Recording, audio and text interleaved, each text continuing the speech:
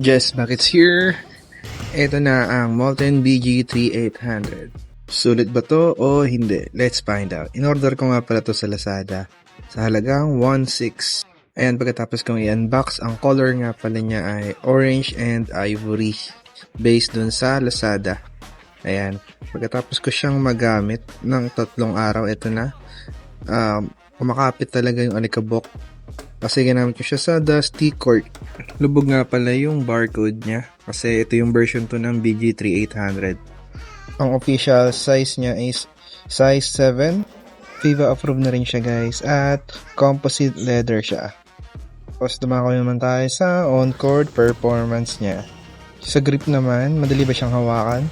O sa kumpara natin sa BG4000 na gamit ng tropa ko, mas madali siyang hawakan at makapit siya sa kamay. Yung sa dribbling naman niya guys, napaka-responsive niya. Nung in-order ko siya is meron na tong hangin at napakatalbog. Sa shooting feel naman, okay naman siya guys. Isa sa pinakamagandang bolang na hawakan ko pagdating sa shooting. Goods na goods to, lalo na sa 3-point shooting o postahan niya sa court. Based on my experience, okay siya sa outdoor. Pero hindi ko pa siya nasusubukan sa indoor. Pero tingin ko magiging goods naman siya. After extended use, wala pa naman nagbabago sa kanya. Maliban na lang sa mga alikabok na kumapit sa bola. Wala pa rin namang mga nabubura sa mga sulat na nakalagay sa kanya. At hindi rin naman siya nalambot. Wala naman siyang factory defect guys. Kaya tingin ko legit naman yung nabili ko sa Lazada. Sa last mall nga pala kayo bumili para sure na legit ang mabibili nyo. Honest opinion ko lang ay sulit na sulit ang pera dito. Kumpara sa mall na doble ang presyo.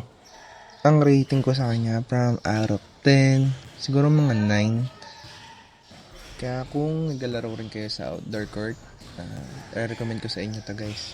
Approve ba siya o hindi? Approve siya para sa akin. Kaya try nyo na guys kung naghahanap kayo ng bola. Kaya huwag nyo makakalimutang mag-subscribe sa Just Buckets. At mag-comment kayo kung ano pa ang gusto nyo i-review ko sa susunod na mga video. Gagawa rin pala ako ng mga reviews, analysis sa mga players sa NBA at sa kahit sinong mga sikat na basketball player. Eto guys, yung close-up video niya kapag dinitribble. Diba? Very responsive. Kahit may mga alikabok yan, napakakapit sa kamay.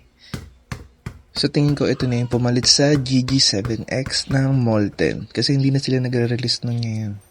BG series na.